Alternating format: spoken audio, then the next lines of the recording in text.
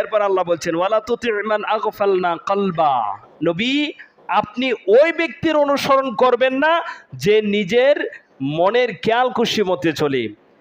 আগফালনা কলবাহু আন যিকরিনা, যে তার রবের স্মরণ থেকে বিমুখ হয়ে গিয়েছেন, এইরকম ব্যক্তির অনুসরণ করা যাবে না। ওয়াত্তাবা হাওয়াহু ওয়া কানা আমরুহু ফুরুতা, যে ব্যক্তি নিজের খেয়াল খুশি মতে চলে তার প্রত্যেকটা কাজকর্ম হয় শিথিল উদাসীন।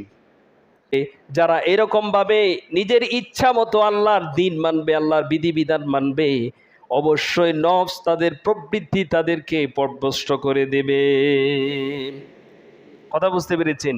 আমাদের হৃদয়, আমাদের এই বুকের ভিতরে ছোট্ট একটা গোস্তের টুকরা আছে, এটা যদি পরিশুদ্ধ হয়ে যায় তাহলে পুরা দেহটাই পরিশুদ্ধ হয়ে যাবে। এই ছোট্ট একটা গোস্তের টুকরা যদি নষ্ট হয়ে যায় পুরা দেহটাই নষ্ট হয়ে যাবে। এই ছোট্ট একটা গোস্তের টুকরাকে যদি আপনি সংশোধন করতে পারেন তাহলে আল্লাহ রাব্বুল আলামিন আপনাকে কোয়া থেকে নিয়ে সিংহাসনে বসিয়ে দিবেন। আর এই একটি ছোট্ট গোস্তের টুকরার কারণে সিংহাসন থেকে আল্লাহ রাব্বুল আলামিন একবারে নিচে নামিয়ে নিয়ে আসেন। ইউসুফ আলাইহিস সালাম নিজের প্রবৃত্তিকে দমন করেছিলেন, এজন্য আল্লাহ কোয়া থেকে তুলে নিয়ে একবারে রাজ সিংহাসনে বসিয়ে দিয়েছিলেন। আর জুলেখা একজন এই রাষ্ট্রপ্রধানের স্ত্রী হওয়ার পরেও তার প্রবৃত্তিকে সে নিয়ন্ত্রণ করতে পারে নাই, সেই জন্য আল্লাহ রাব্বুল আলামিন তাকে রাজপ্রাসাদ থেকে একবারে নিচে নিয়ে এসেছেন।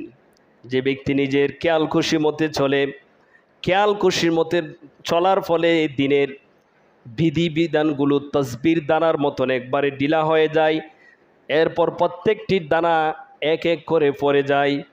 যদি আপনি আল্লাহর দিন মানতে গিয়ে যদি নিজের প্রবৃত্তির অনুসরণ করেন, ফজরের সময় হয়েছে, এখন আপনি যদি ঘুমিয়ে থাকেন তাহলে আপনি আপনার প্রবৃত্তির অনুসরণ করলেন, নিজের মনের খেয়াল খুশির অনুসরণ করলেন, তাহলে আপনি আপনার নিজের কাছে পরাজিত হয়ে গেলেন, আপনি সফল হতে পারবেন না। আপনি যদি ফজরের নামাজ ছেড়ে দেন এমন একটা সময় আসবে তখন আপনি ইসলামের বিভিন্ন বিধিবিধানকে আপনি ছেড়ে দিবেন।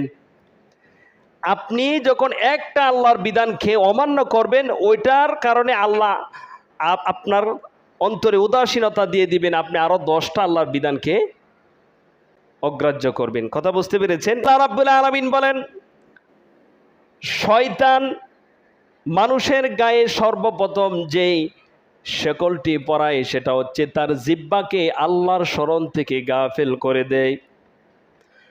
শয়তান মানুষের গায়ে প্রথম যে শেকলটি পরাই সেটা হচ্ছে জিহ্বাকে আল্লাহর স্মরণ থেকে বিরত রাখে।